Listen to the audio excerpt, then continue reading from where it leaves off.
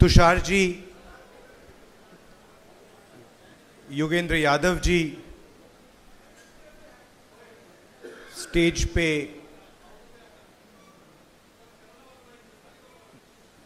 कैसे बोलें, मैं नॉर्मली वरिष्ठ नेता बोलता हूं, बट स्टेज पे एमिनेंट पर्सनैलिटीज, सोशल एक्टिविस्ट्स, और यहाँ हॉल में आप सब जो आए हैं, आपका यहाँ बहुत बहुत स्वागत, नमस्कार।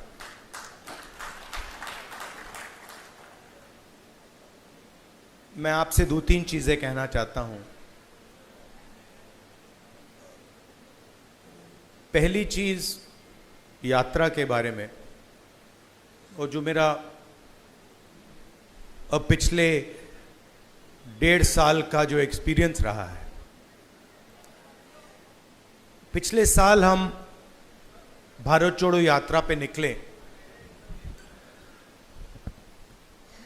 4000 किलोमीटर चले, कन्याकुमारी से कश्मीर, और हम सबको, मुझे तो पहली बार हिंदुस्तान को नजदीकी से देखने का मौका मिला। मेरे दिमाग में एक हिंदुस्तान था, एक इंप्रेशन था, और जैसे ही मैं चलना शुरू किया, वो इंप्रेशन टूटता गया, बदलता गया, और अंत में जब मैं कश्मीर पहुंचा, मेरा रियलाइजेशन ये था कि जिस चीज को मैं हिंदुस्तान मानता था, वो एक्चुअली हिंदुस्तान था ही नहीं। वो मेरे इमेजिनेशन का हिंदुस्तान था, अनइन्फॉर्म्ड हिंदुस्तान था। और ये जो मैं हिंदुस्तान भारत जोड़ो यात्रा में जिसको देखा है, ये भी एक प्रकार से अनइन्फॉर्म्ड हिंदुस्तान है। ये पहले वाले हिंदुस्तान से बेहतर इन्फॉर्म्ड है, मगर ये भी हिंदुस्तान की समझ नहीं है, सुपरफिशियल है। मगर उस यात्रा में दो चीजें बड़ी क्लियर थी। एक कि हिंदुस्तान नफरत का देश नहीं है, मोहब्बत का देश है, और इस देश में, इसके डीएनए में रिस्पेक्ट, मोहब्बत, ये बहुत गहरा है। तो चलते चलते मेरे दिमाग में यह सवाल आना शुरू हुआ कि अगर यह नफरत का देश नहीं है, यह पहला देश है जिसने इंडिपेंडेंस की लड़ाई मोहब्बत से लड़ी, और कोई देश है ही नहीं। मतलब कहते हैं कि civil rights movement, Gandhi ji की फिलॉसफी, उसने गांधी जी की फिलॉसफी का प्रयोग किया, मगर जो उनको डायरेक्शन किसने दिया? उनको डायरेक्शन गांधी जी ने दिया, हिंदुस्तान ने दिया। साउथ अफ्रीका में मैं गया था, मंडेला जी ने मुझे यही कहा कि हमें जो औजार दिए गए, हमारी फ्रीडम स्ट्रगल के जो औजार दिए गए, वो अफ्रीका के औजार नहीं थे, वो आपके औजार थे, हिंदुस्तान के औजार थे, और वो औजार हमें गांधी जी ने दिए।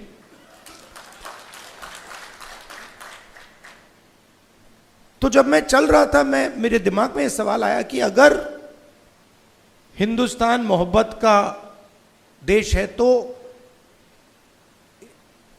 इसमें नफरत क्यों फैल रही है? क्योंकि इतना आसान नहीं होना चाहिए नफरत को फैलाना। हम कहते हैं बीजेपी नफरत फैलाती है, बट कोई ना कोई फाउंडेशन तो होगा, कोई ना कोई बेसिस तो होगी इस नफरत की। तो ये सवाल मेरे दिमाग में था, और आस्ते आस्ते मुझे बात समझ आने लगी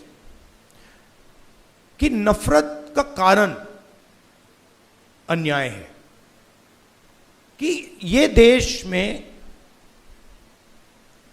गरीबों के साथ, किसानों के साथ, दलितों के साथ, महिलाओं के साथ, युवाओं के साथ, सबके साथ हर रोज अन्याय होता रहता है। 2-3% लोग हैं इस देश में जिनको न्याय का एक्सेस मिलता है। 2-3%, ज्यादा से ज्यादा 5% लोग हैं। उनके लिए कोर्ट्स काम करते हैं, उनके लिए सरकार काम करती है, सारी इंस्टीट्यूशंस में उनके लिए जगह है।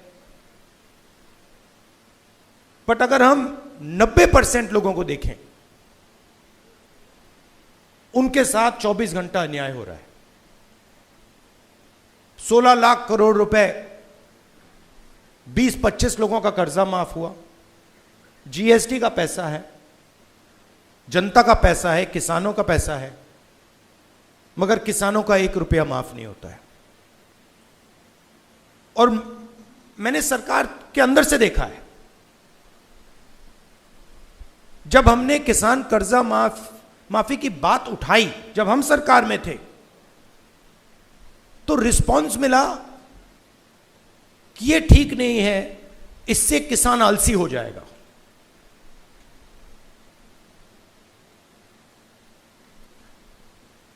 मनरेगा से गरीब व्यक्ति की आदत बिगड़ जाती है। मतलब वो काम कर रहा है, उसको आप उस काम के लिए पैसा दे रहे हो और उसकी आदत बिगड़ रही है। और दूसरी तरफ 20-25 लोग हैं, उनका 16 लाख करोड़ रुपए माफ हो रहा है, उनकी आदत नहीं बिगड़ रही। वो उसको पता नहीं विकास कहते हैं, डेवलपमेंट कहते हैं, प्रोग्रेस कहते हैं, पता नहीं क्या कहते हैं। तो अगर आप हिंदुस्तान के धन को देखें और उसको ट्रैक करें तो आपको दिखेगा कि ये जो सोने की चिड़िया कही जाती है, इसका पूरा का पूरा धन किसानों से, युवाओं से, दलितों से, आदिवासियों से, पिछड़ों से छीनकर ये 20, 25, 50, 200 कितने लोग हैं, ज्यादा नहीं है, इनके ओर फनल होता है। तो इसलिए हमने दूसरी यात्रा में न्याय शब्द जोड़ दिया। और इस यात्रा में हमारा फोकस उस पे था कि किस प्रकार का अन्याय हो रहा है। और हर कदम पे स्टूडेंट्स के पेपर लीक हो रहे हैं, किसान को एमएसपी नहीं मिल रही, मजदूर को मिनिमम वेज नहीं मिल रही, छोटे व्यापारियों को जीएसटी से दबाया जा रहा है। मतलब हर स्टेप पे, हर कदम पे लोग आ रहे थे, कह रहे थे हमारे साथ ये हो रहा है। मगर कंबाइंड कॉन्शियसनेस नहीं है। एक व्यक्ति कह रहा है मेरे साथ अन्याय हो रहा है। मेरे पास छोटे व्यापारी आए गुजरात में, उन्होंने कहा कि जीएसटी से, नोटबंदी से हमें बहुत चोट लगी। मगर उसी डिस्कशन में जो किसान के साथ हो रहा है वो उनको दिख नहीं रहा है, वो देख ही नहीं पा रहे। तो मेरे खिलाफ जो अन्याय हो रहा है वो मुझे दिख रहा है, मगर मेरे भाई के साथ जो हो रहा है मुझे दिख नहीं रहा है।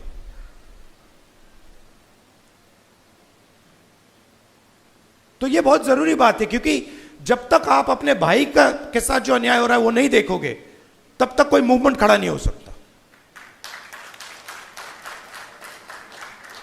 मैं जूडो करता हूं और उसमें एक बड़ी इंटरेस्टिंग चीज है, उसमें जमीन पे गिरना पड़ता है, फेंका जाता है व्यक्ति को, तो जब पहले व्यक्ति शुरू करता है तो वो अपने आप को प्रोटेक्ट करने की कोशिश करता है। जमीन पे गिरोगे तो फिर आप अपने आप की रक्षा करते हो, फिर थोड़ा एडवांस्ड होता है, फिर उसको बात समझ आती है, वो जमीन की रक्षा करना शुरू कर देता है। मतलब don't protect yourself, protect the mat. और बड़े मजे की बात दिखती है कि जब आप जमीन को प्रोटेक्ट करते हो तो ऑटोमेटिकली जमीन आपको प्रोटेक्ट करती है।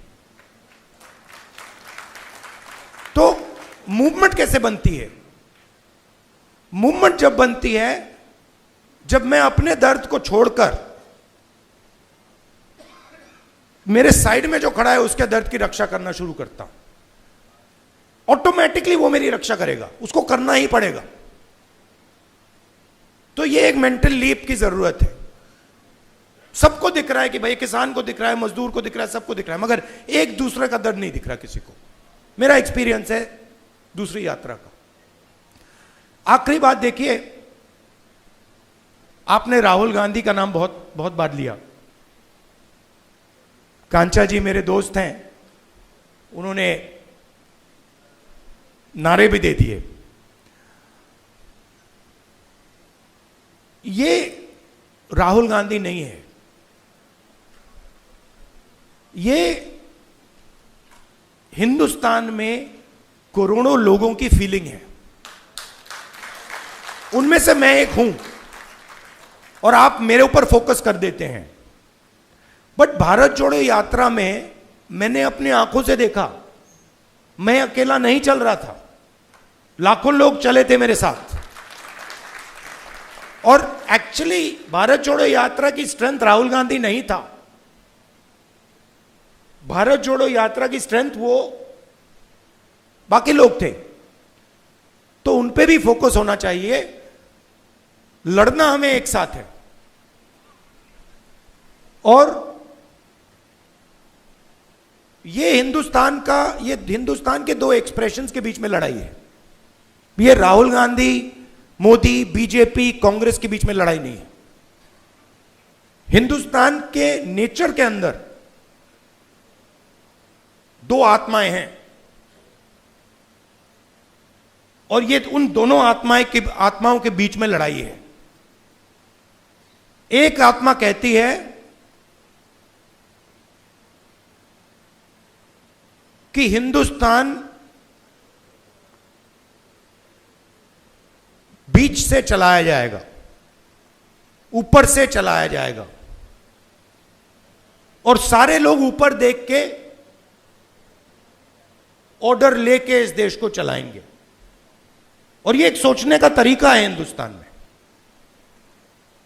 बहुत सारे लोग इसको मानते हैं, एक्सेप्ट करते हैं। और एक दूसरा तरीका है कि हिंदुस्तान को डिसेंट्रलाइज तरीके से, हिंदुस्तान के सब लोगों को सुनकर चलाया जाएगा, जिसको हम, अगर आप धार्मिक तरीके से बोलना चाहते हैं, शिव की बारात बोल लीजिए, कि सब लोगों को जगह देके निर्णय लिया जाता है। जैसे योगेंद्र यादव जी अभी बैठे हैं, बड़ी इंटरेस्टिंग बात आपको बताऊं। 3-4 महीने पहले इन्होंने हमें कहा, देखिए हमें ये जो गारंटीज हैं, हमें क्लियरली बता देना चाहिए देश को कि इंडिया गठबंधन आएगा तो क्या करेगा। और आज मैंने इनसे पूछा कि आप बताइए, ये जो हमने गारंटीज देश के सामने रखी हैं, इससे आप खुश हैं? तो इन्होंने कहा मैं खुश हूं, मगर बहुत केओटिक डिस्कशन हुआ। केओटिक डिस्कशन हुआ क्योंकि ये एक्चुअली कांग्रेस पार्टी की, राहुल गांधी की, खारगे जी की, इंडिया गठबंधन की गारंटीज नहीं है। ये एक्चुअली हिंदुस्तान की आवाज है। उसको हमने चुन चुन के सुन के निकाला है, उसको रिफाइन किया है। बीजेपी ये काम कर ही नहीं सकती क्योंकि उनका तरीका सेंट्रलाइज है, ऊपर से बोलते हैं। नरेंद्र मोदी जी रेडार की बात करेंगे, सब कुछ नरेंद्र मोदी जी से निकलता है। उनके विजन में और आरएसएस के विजन में ज्ञान एक व्यक्ति के पास है। किसान के पास ज्ञान ही नहीं है, मजदूर के पास ज्ञान ही नहीं है, बेरोजगार युवा को कोई समझ नहीं है। आईआईटी की डिग्री है तो पूरी दुनिया को समझ गया। यह थिंकिंग है। तो इसके खिलाफ हमारी लड़ाई हो रही है। हिंदुस्तान का सबसे बड़ा साइंटिस्ट, जितना उसमें ज्ञान है उतना ही ज्ञान हिंदुस्तान के किसान में है, बस दूसरे तरीके का है। मैं बंगाल गया और वहां पे वो महिलाएं थी, इसी यात्रा पे महिलाएं थी, वो बीड़ी बना रही थी। उनके हाथ में जो स्किल थी, बीड़ी बनाती थी वो, उनके हाथ में जो स्किल थी मैंने अपनी जिंदगी में कभी पहले नहीं देखी। मैंने ट्राई किया, मतलब एक बीड़ी मतलब मैंने रोल करने की कोशिश की, नहीं हो रही थी मुझसे। तो वो सालों का, मतलब सालों की स्किल है वो, और उसका इस देश में कोई आदर नहीं हो रहा। उस महिला को आप फाइनेंशियल सपोर्ट दीजिए, उसकी मदद कीजिए, मेक इन इंडिया उससे करवाइए और फिर देखिए क्या मजा आता है। तो ये दो अलग तरीके की सोच की लड़ाई है। इसमें हम सब एक साथ लड़ रहे हैं। बहुत अच्छा लग रहा है और घबराने की कोई जरूरत नहीं है। ये आप मत सोचिए कि बीजेपी आ गई, कॉन्स्टिट्यूशन को खत्म कर देंगे, ये कर देंगे, कुछ नहीं, इनमें इतना दम नहीं है, ये नहीं कर सकते। ये इन्होंने मीडिया को कैप्चर कर रखा है, ये आवाज बहुत करते हैं, मगर सच्चाई और हिंदुस्तान हमारे साइड है। धन्यवाद।